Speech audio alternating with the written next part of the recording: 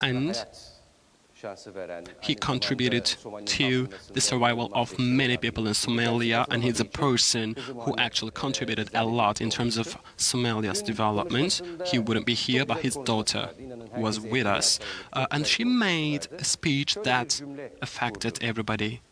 And she said that the president of Turkey made a visit to Somalia, which changed the perspective of Somalia in the countries of the world.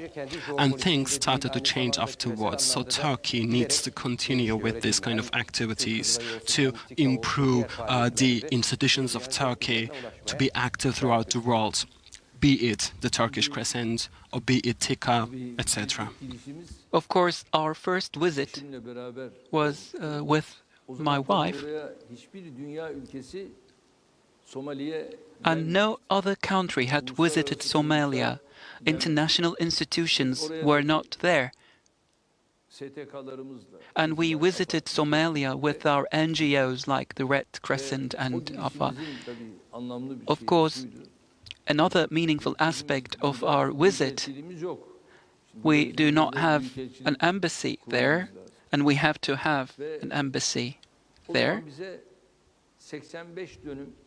And then the Somalian government promised for a land of 85,000 hectares. So presently, the biggest embassy of Turkey is in Somalia. On the other hand, the most powerful countries of the world do not have embassy buildings in Somalia. And you have embassy buildings in containers in airports.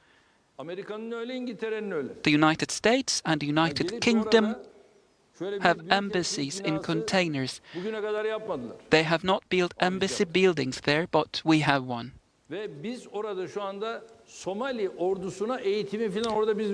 And we offer trainings for the Somalian army there. Why? Because then the Somalian government will fall prey to terrorism. We have terrorists there. We talk about Daesh. Shabi is their Daesh. And how will we be supporting them? Well, we have supported them. Our Red Crescent is always there. Our AFAD is always there. We have built hospitals and schools.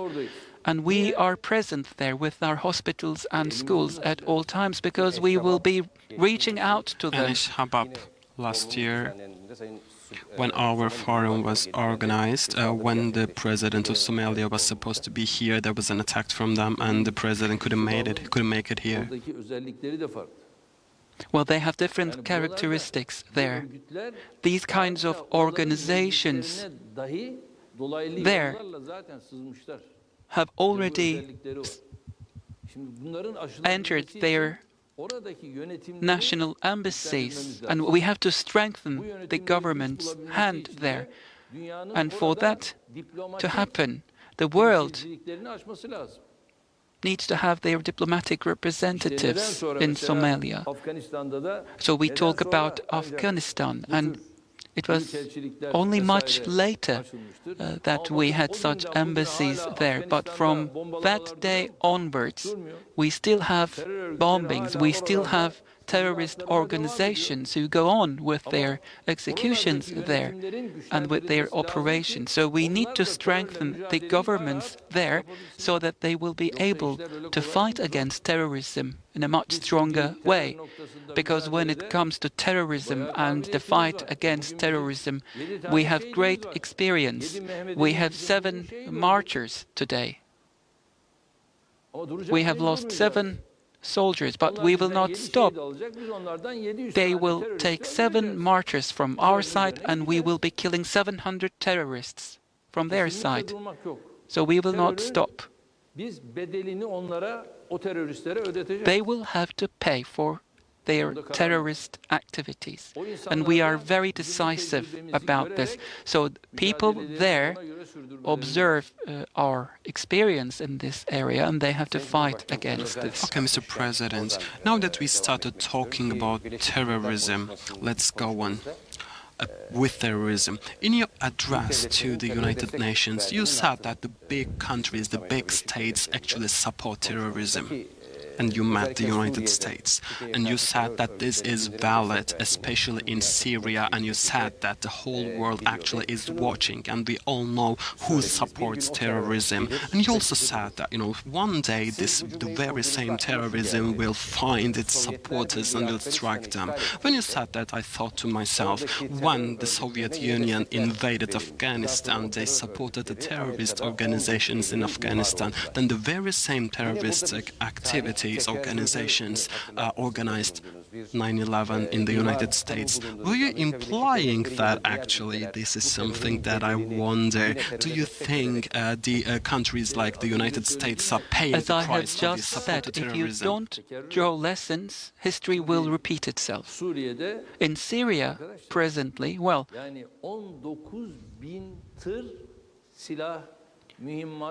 we are talking about 19,000 trucks of guns which were brought to the terrorist organizations there. Who did this? The United States.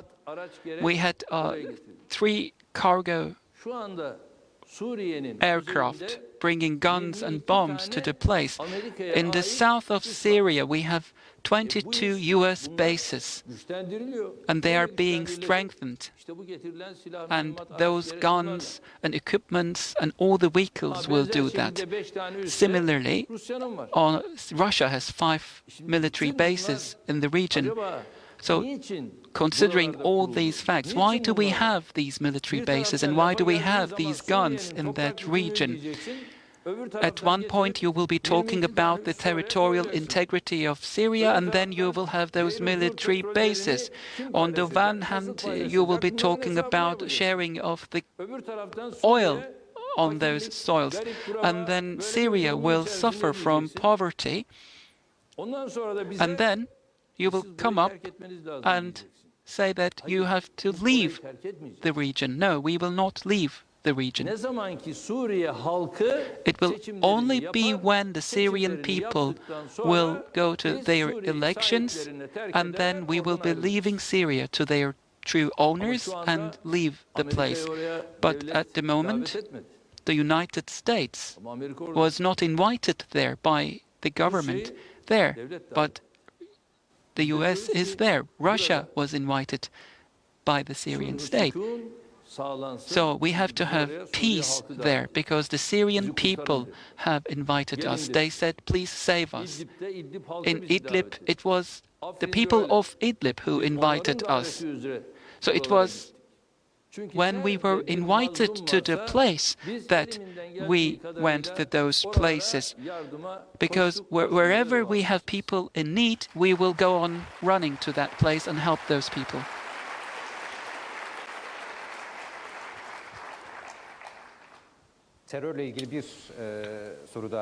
Another question about terrorism. Mr. President, especially state-supported terrorism, can it be fought with an international mechanism? We cannot say that it is not possible. Of course it's possible, but the most important mechanism is the United Nations.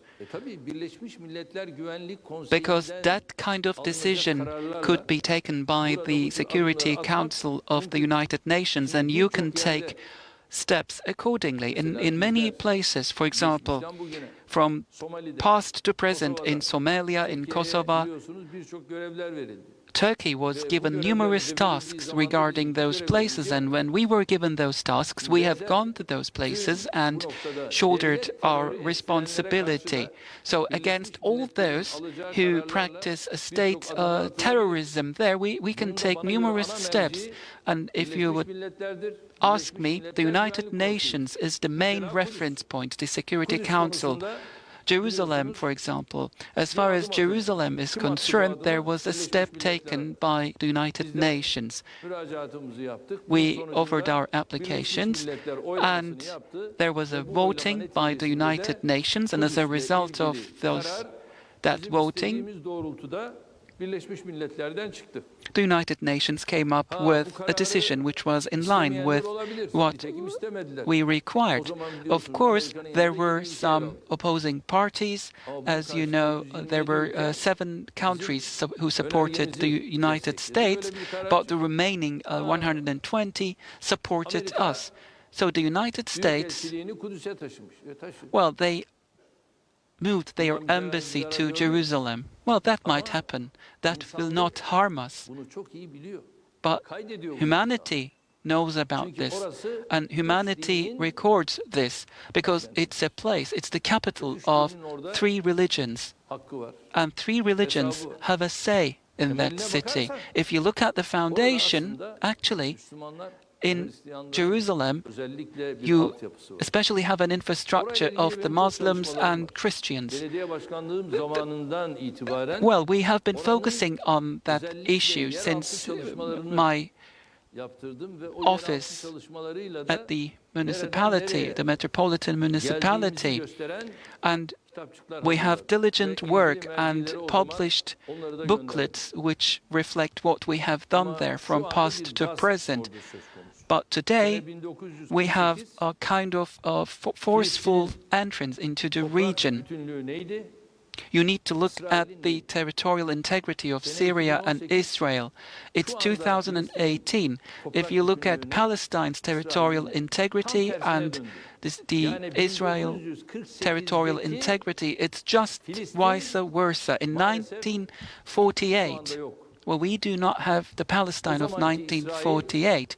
Israel at the time no longer exists. It's just the opposite. Israel is much larger today, and Palestine has been squeezed into a much smaller territory.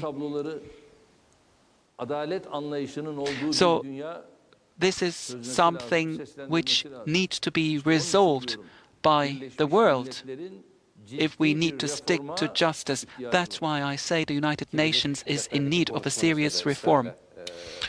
You have also pointed out the Palestinian issue in your address in the United Nations. I will try to quote. You said, no matter what, we will stand behind Palestine in this issue. So, Mr. President, within our sessions, we also discussed the European Union. So, while we determined this headline, we said it might be too assertive, because we were seeking answer to the question whether EU is failing or is it coming to an end. What do you think about this? So you did a kind of referendum, right? No, not really. Our experts, our participants, took into the crisis in the European Union in the recent times into account, and they concluded that, the EU is coming to an end. So people think it. People said it in the sessions. Do you agree with that? I see that kind of signs. And I think it should really happen so that we can draw a new direction for ourselves. Because it is 1963 and it's 2018, and they are still belating things. This is real oppression.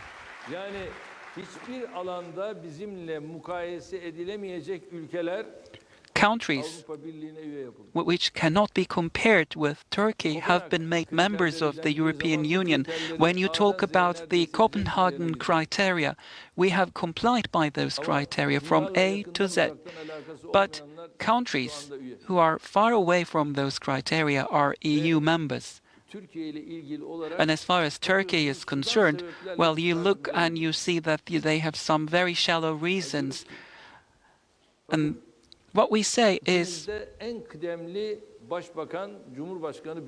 I am the president with the greatest powers, with the greatest seniority at the present. Many of the prime ministers and presidents were not there when I was there. I used to observe summit meetings. Chirac was then at the head, and well, we used to talk together. And during the leaders' summit, we were there as well. I will be mentioning names. I'm sorry. When Sarkozy took his office and Chancellor Merkel took her office there, after that, the leaders' summit were no longer organized. We did not have any leaders' summit. And there was only one chapter which was opened and closed later on, and then we did not have any new chapters opened. And then we have taken some new decisions, and based on those new decisions taken by the EU, they said that no new chapters will be opened, and leaders would not be invited to the process and to leaders' summits. Then what are we discussing? What are we negotiating? Who will be negotiating? And then, from that day onwards, as far as Turkey is concerned, the European Union was in no position to welcome Turkey, and they always come up with recommendations for us. And it's like, we will be doing something different for you, we will have a different practice, and it will be through that different practice that you will be part of the European Union. And we said no. During my last visit in the United States, and especially I said to a number of European Union presidents there, I said, you are tiring us and I tire you. Say yes or no. If you will take us as a member, okay. If not, tell us so that we will not be spending one another's time. But they don't get tired of spending time in that manner.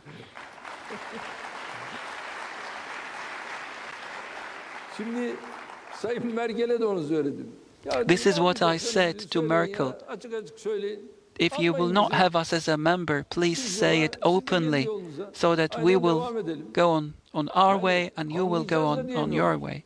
But they cannot say that they will not have us as a member. So my question will go reverse then.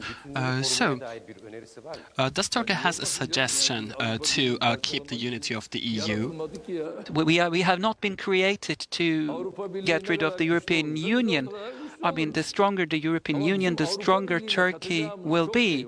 But there are many things we can add to the European Union, and they might have many things to offer us. But if this will be the case, then that will be a good caption for newspapers tomorrow. So what we will have to do then is to move up to 81 million to those people of Turkey and see what they offer.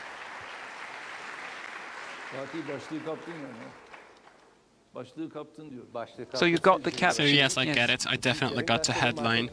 So the headlines of the top headlines of the newspapers tomorrow are already clear as of this moment, I guess. So, Mr. President, do you think that we all actually know that European Union is not actually a union of borders, but they are also a union of norms, such as the human rights and justice and peace and safety and security. And in this context, in this framework, in the EU, in the specifically recent period, many issues ranging from Islamophobia or xenophobia, anti-refugee issues, etc. They are something that we see and read in the media a lot. So, in the recent period, the frequency in seeing Islam along with terroristic activities and the refugees, etc. Do you think this Islamophobia or this hatred for Islam comes from history, or is it due to today's conditions? That we cannot ignore the historical background. I have many stories in mind, of course, but I cannot talk about them here. We have some very clear statements offered to us, but I cannot express them here. So there won't be two headlines in one day, huh? One headline would be enough, and the second headline will be offered to you when the time comes.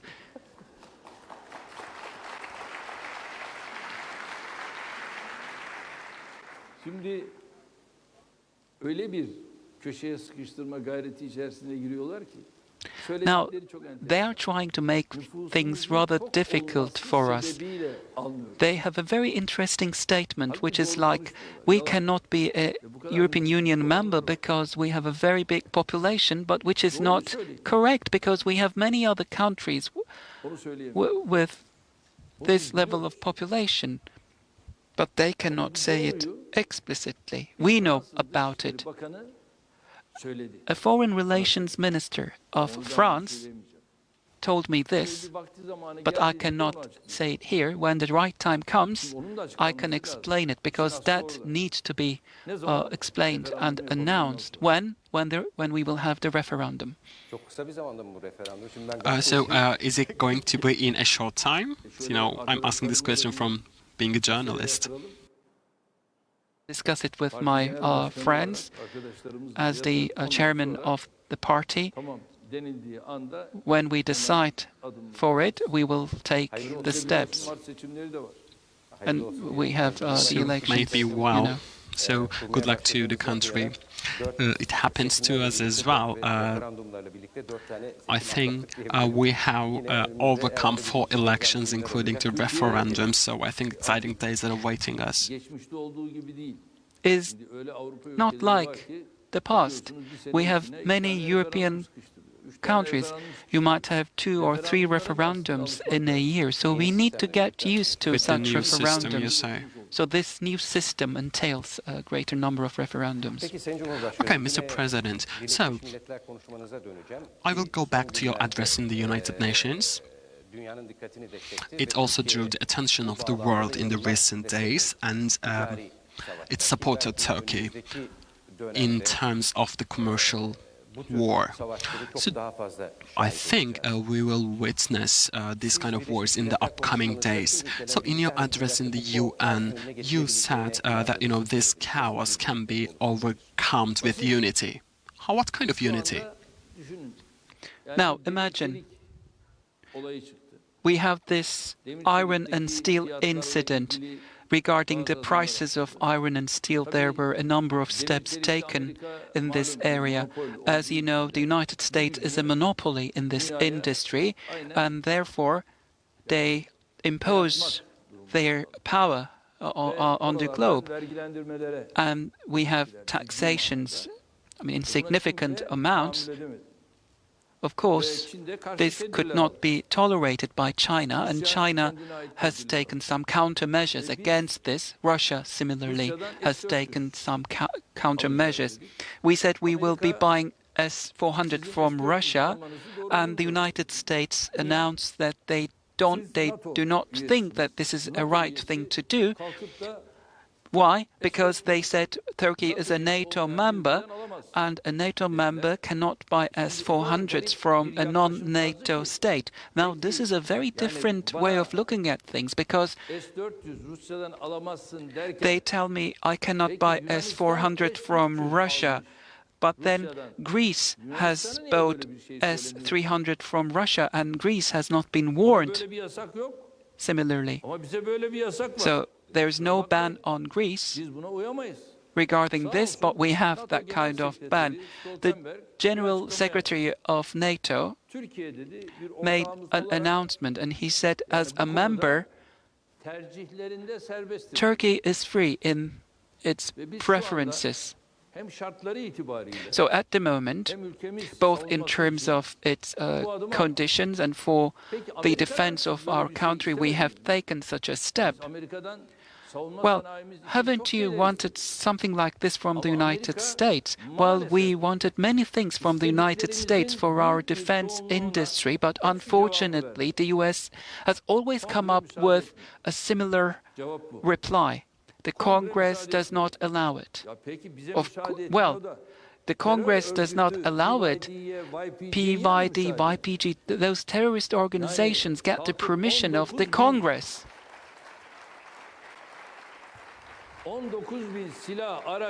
We are talking about 19,000 guns and vehicles and equipments, and they are sent to the terrorist organizations. I want to buy them with money, and you don't do that, but you give it for free to terrorists. All these dynamics produce an economic war because they say, well, I have my strength, I am powerful, which means I am the right party. But what we say is, this is against our philosophy. If you are right, then you are powerful. So we will not stop against this economic war, and we will fight against this with our nation. I have great trust in my nation. This nation has lived poverty. They were left without water, but they have not lost their independence at any time. Nevertheless, we are in no such position, despite the fact that Kılıçdaroğlu says that Turkey will be left hungry next year, but we can share our one loaf of bread with them if need be. And Turkey was not left alone, Mr. President, after the economical attacks of the United States to Turkey. Turkey has received support from the European countries and some other countries in the world as well. And the global system is worried because of the economical wars. Is it correct? With the countries I have just mentioned, be it China, be it Russia, in the meantime, Germany, France, United Kingdom, our relations with all these countries are being strengthened. And those relations will continue. And our ministers have visited the whole region, starting with Qatar, and those visits will go on in the future as well. And we negotiate with many other countries in the region, and most of them are ongoing negotiations. At a much later point, as it is evident, we have taken some steps for the defense industry, and some countries are disturbed by this fact. We have some steps in the nuclear energy industry. We have agreements with Russia, and another is hopefully will be with China. We have ongoing negotiations with Japan that will be decided until the end of the year, because these are investments with real potential and with real infrastructure. For many long years, we were not able to have drones for Turkey from the United States. But there is this saying in Turkish, if you have a bad house owner, you will have your own house. And then we had our own initiatives that produced our own drones, and our drones without guns in Afrin and Jabal Sur, and in those regions our drones are being used during our fight against terrorism. And now we are no longer in need of them, because we can do it ourselves. And hopefully we will have much stronger ones. About what? The result will be very good. We will have drones with greater tonnage. We will produce much bigger drones. You have seen this in Technofest. And the high school students, the Turkish youth. So these are all hints at something. We have the mark, we have paved the way, and you will see much more. Okay, actually I was coming to this from the Technofests. Actually, you started the topic. Last week there was hundreds of young people with different kind of inventions.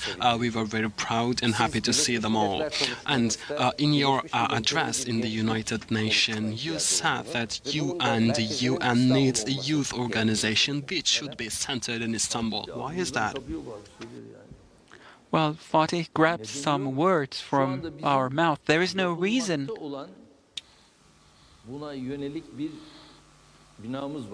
We had a building which would be used for this purpose. If the United Nations, I have my dear friend here, if such a thing will be accepted,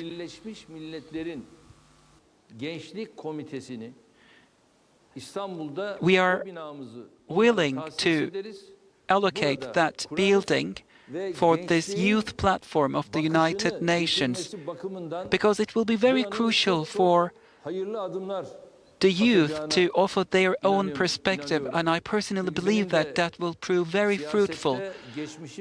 If you look at my political past, I come from the youth platforms and youth groups of my political party, so I strongly believe in young people and their perspectives.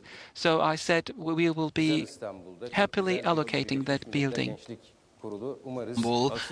That could be a beautiful city of young organization for the UN. Another council for women within the United Nations.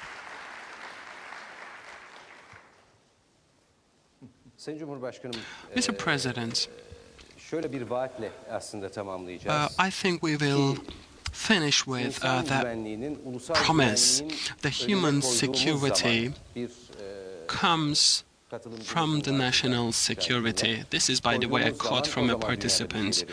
Only when we put human security before the national security, we can accomplish something. This is what we are trying to accomplish in Syria. When the national security is ignored when it comes to human safety and security, one of the biggest discussions in Syria from the recent days was about the chemical weapons in Syria, which caused the loss of lives for more than 500,000 people. But when the weapons are professional, they're okay. But when they are chemical, when they're nuclear, then the big states in the world will intervene. So why is this always a topic of discussions?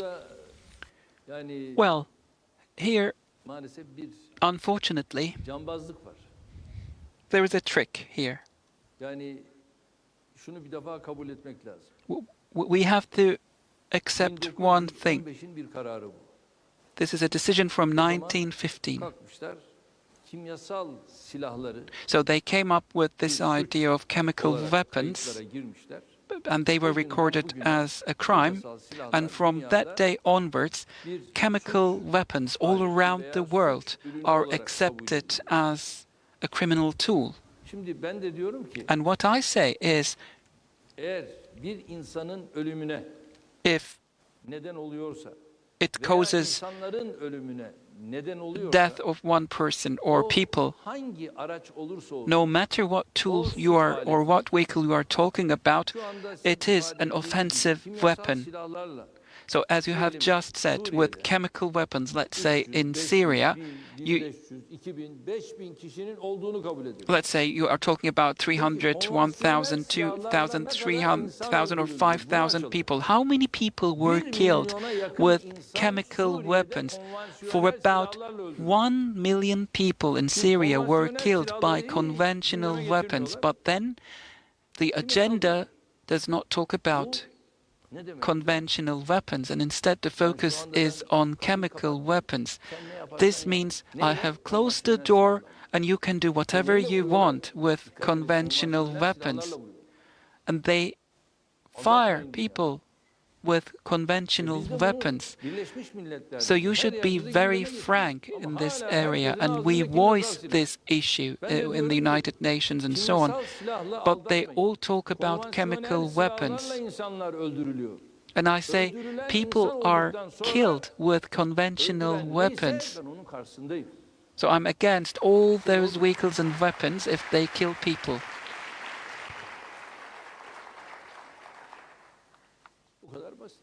This is as simple as this. Mr. President, thank you very much. For 2 days, as I said in the beginning of our interview, for the last 2 days, we saw the participation of the state, ex-presidents, the representatives of thinking institutions and many academicians were all together. So we draw the lesson, and the next event will be held in a much bigger hall, because many students and representatives of universities wanted to attend to this meeting, but our hall couldn't entertain them. I think next year